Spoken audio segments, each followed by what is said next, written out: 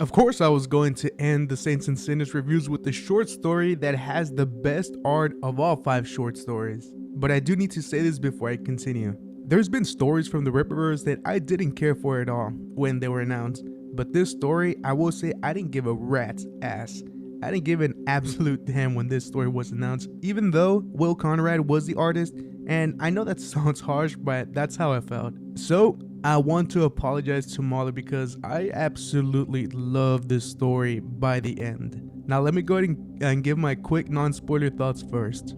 The story revolves mainly around a group of 6 people, with a few more in the background. Adam Vanosus, I think I'm pronouncing it correctly, I may not. He is a wealthy man in pursuit of immortality, so he brings his family and others to explore this temple that he's found. Adam is an intelligent man, but he is stubborn and greedy and doesn't think about the consequences that can come with when entering this place. The only person with a brain is the character of Castor Graves, my bad.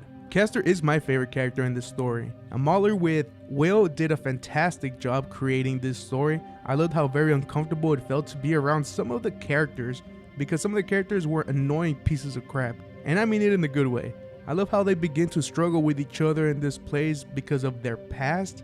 And, after all, not all of these characters have the best of intentions when it comes to this place. Mauler did a great job with building the tension as the story went on. I love how one of the characters began noticing some very strange and supernatural creatures when others didn't, and wants to get out of there before something bad happens, while the others turned a blind eye.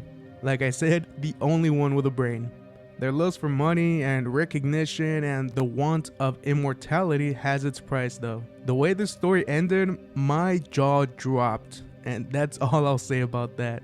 This was such a surprise for me. After I read the story again before making a video, I remembered why it was my favorite short story from the Saints and Sinners book, and I can't believe Mauler had it in him, and I don't even watch him.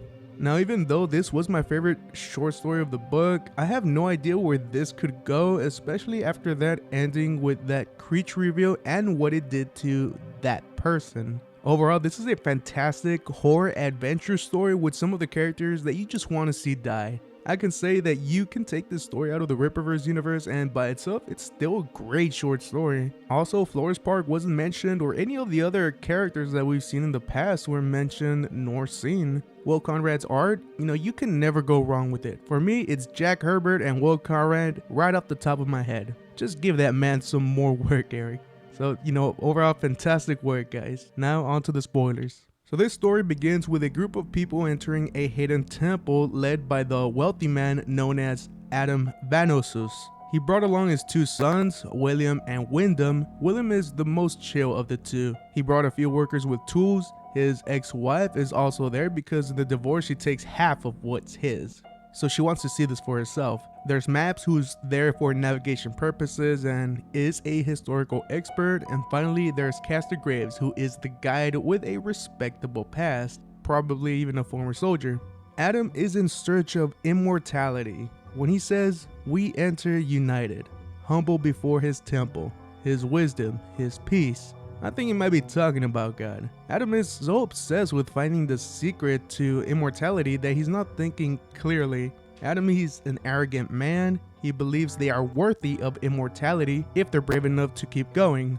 Once they explode a wall using C4 so they could move forward, Castor sees something in the dust. A creature, but maybe it's nothing. Soon conflicts begin to rise with some characters talking about how much money they'll make from this, while Adam is more obsessed with the find rather than the money. While they're bickering, a creature gets closer and Castor shoots at it, but it disappears. As of right now, the rest of the group are in complete denial. Some more infighting begins, and again it's about money and about the supposed cowardice from Castor. Their journey and lust for money, immortality, recognition, status, etc. might not end well for them. They keep going, and Maps is a huge fan of Castor. Castor must be a big deal. After all, Adam does hire the best of the best. They finally arrive at the base of the temple, and Castor wants to tell Adam that they should leave, but Adam cuts him off and tells him he's relieved. Now that Caster has no say in anything, he grabs Maps and tells him he's leaving and he's taking him with him since Maps could help him out of there. Like I said, he's the only one with the common sense, especially with what they witnessed earlier with the creature, but the rest of the group, they're just stubborn. They go on their merry way, and when they come back, or if they come back, they'll bring the firepower. As Adam is looking at these symbols in the wall, he instructs the workers to take out the pickaxes to start tearing down part of the wall. Again, he believes they must do this to prove they're worthy of this prize. Now the markings on the wall, they're familiar to them from some scrolls that were not translated completely. As Adam is figuring out what these markings mean, he comes to a conclusion. His eyes widen with fear and possibly even regret. What has he done? What has he let out? No, this can't be right. 2 words, no matter the page nor side. It was like the beat of a drum. Come on, let's get that thing open. The scroll was wrought with it. This is no temple. It's a prison. 2 words. Words of hard measure of equal resolve. Declaration. A statement. It was a warning. Yeah. Bone God. Oh God. What? What is this?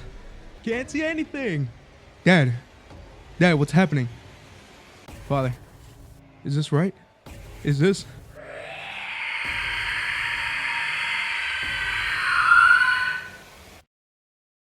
For all have sinned and fall short of the glory of God. Well, wait, boys, it's... Oh, no, please, Wyndham.